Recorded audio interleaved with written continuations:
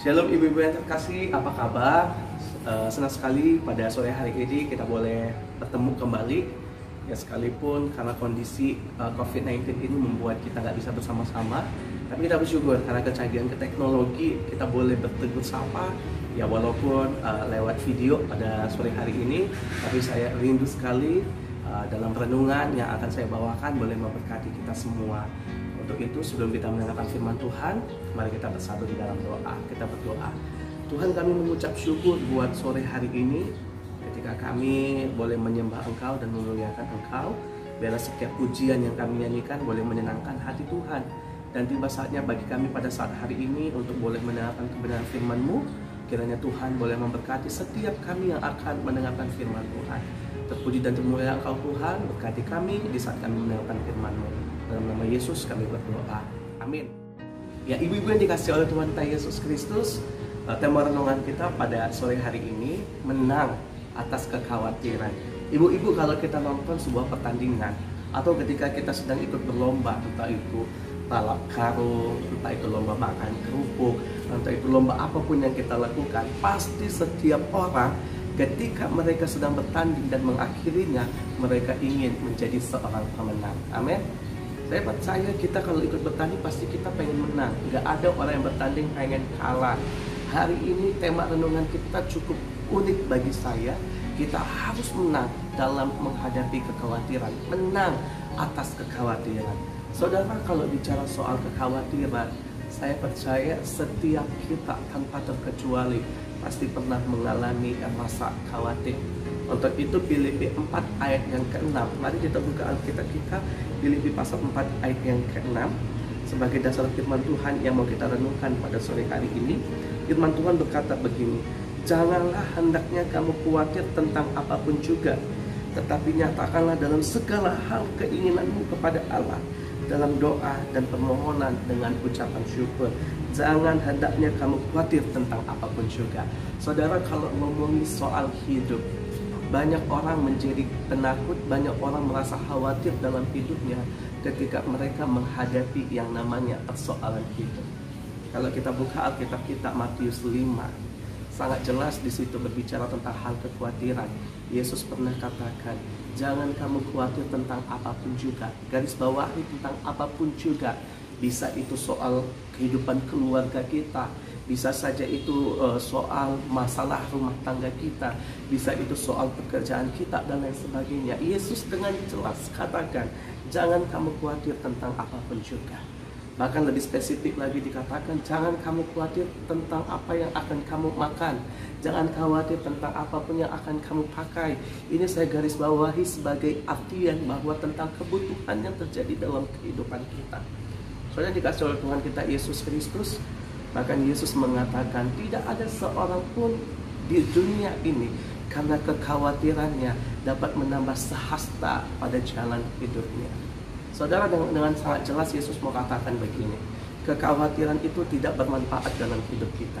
Justru ketika kita punya rasa khawatir yang begitu berat, begitu dalam, justru ketika kita punya rasa khawatir yang begitu dahsyat dalam kehidupan kita, justru itu akan merugikan hidup kita. Saudara, satu hari saya pernah ketemu dengan seorang ibu. Dia sakit stroke, gitu ya, dia stroke. Ketika saya bertanya-tanya, berbincang-bincang, mulutnya agak mengot. Tahu ya mengot ya, bicara udah agak miring-miring mulut dia. Singkat cerita, ketika kita berbincang-bincang mengapa ini terjadi, karena dia banyak pikiran katanya. Ketika dia banyak pikiran, rasa khawatir begitu berat, itulah yang membuat penyakit dalam tubuhnya. Saudara, ini sepadan dengan yang dikatakan oleh Yesus. Tidak ada seorang pun di dalam hidup ini karena kekhawatirannya menambah sehasta dalam hidupnya. Justru ketika kita punya rasa khawatir yang berlebihan, kita akan mengalami yang namanya sakit penyakit. Saudaraku yang dikasihi oleh Tuhan kita Yesus Kristus, Rasul Paulus mengingatkan dengan begitu jelas, jangan kamu khawatir tentang apapun juga, nyatakanlah itu di dalam doa. Saudara yang dikasihi oleh Tuhan kita Yesus Kristus, ini ketika Rasul Paulus menulis surat kepada jemaat di Filipi, ini Rasul Paulus sedang berada di dalam penjara. Sementara pada waktu itu orang-orang di Filipi sedang merasakan ada kekacauan yang sedang terjadi di sana. Tapi Rasul Paulus mengingatkan kepada mereka, ketika mereka menghadapi setiap pergumulan persoalan hidup, mereka jangan khawatir. Malah dia menasihatkan supaya mereka membawanya itu ke dalam doa dengan ucapan syukur. Saudara, kenapa Rasul Paulus mengingatkan mereka untuk berdoa? Ada beberapa hal yang mau kita bagikan. Yang pertama, oleh doa kita akan memperbarui kepercayaan kita kepada Tuhan. Saudara, ketika kita berdoa berarti kita sedang bercakap-cakap dengan Tuhan. Ketika kita punya persoalan dalam hidup ini, tidak jarang kita sering bercerita kepada orang-orang di sekitar kita. Tujuannya apa ketika kita bercerita kepada mereka? Supaya mengurangi beban dari persoalan yang terjadi dalam hidup kita. Saudaraku yang dikasih oleh Tuhan Yesus Kristus, ketika kita punya masalah, coba kita datang kepada Tuhan, menceritakan apa yang terjadi dalam hidup kita kepada Tuhan. Maka kita meyakini Tuhan akan bertindak dalam hidup kita. Saya percaya ketika kita bercerita kepada teman kita atas persoalan yang terjadi dalam hidup kita, kita berharap mereka bisa membantu dan menolong kita. Apalagi kalau kita menceritakan segala sesuatunya kepada Allah kita, sang pemelihara hidup kita yang menciptakan alam semesta ini.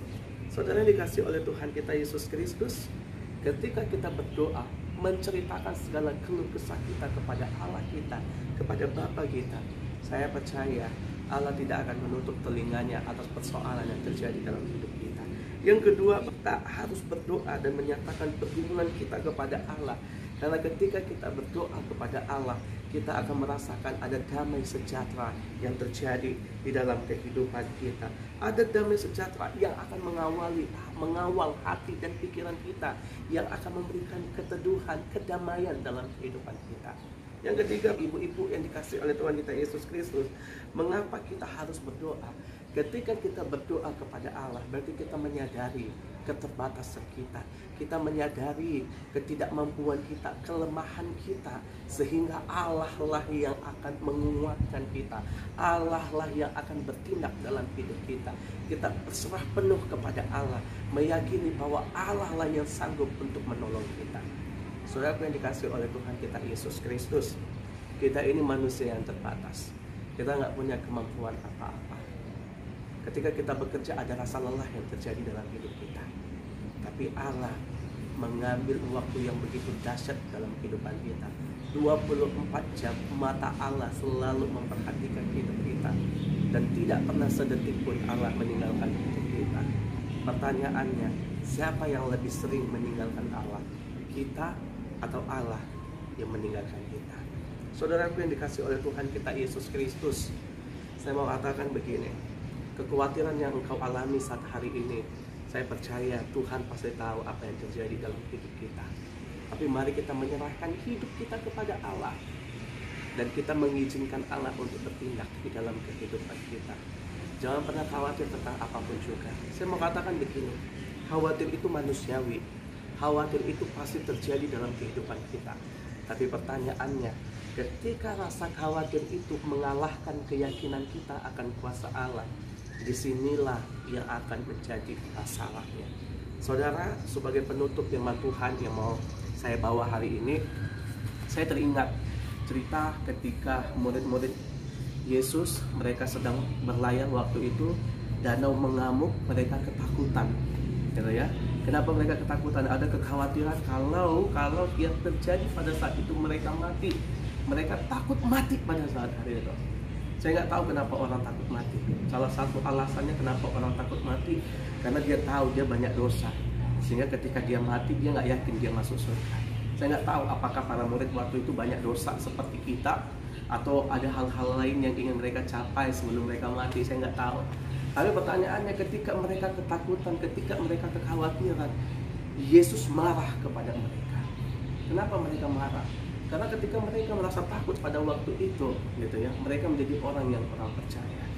Saya garis bawahi, ketika kita hidup dalam kekhawatiran, sering sekali terjadi kita menjadi orang-orang yang krisis kepercayaan akan kuasa Allah. Itu ibu-ibu yang terkasih, ketika kita krisis kepercayaan, maka kita tidak akan lagi percaya akan kuasa Allah dalam hidup kita. Yesus mau bantah itu semua. Yesus mau katakan, tinggalkan itu semua, kekhawatiran dalam hidup kita. Khawatir sah-sah saja. Ketika kekhawatiran itu terjadi dalam hidup kita, mari kita berdoa kepada Allah. Serahkan pergumulan hidup kita kepada Allah, maka Allah yang akan bertindak dalam hidup kita. Ibu-ibu yang dikasih oleh Tuhan kita Yesus Kristus, mari kita hidup pengharapan kepada Allah. Kita tinggalkan rasa khawatir itu. Kita tetap meyakini dan percaya bahwa kuasa Allah akan terus bekerja di dalam kehidupan kita. Amin. Mari kita bersatu di dalam doa.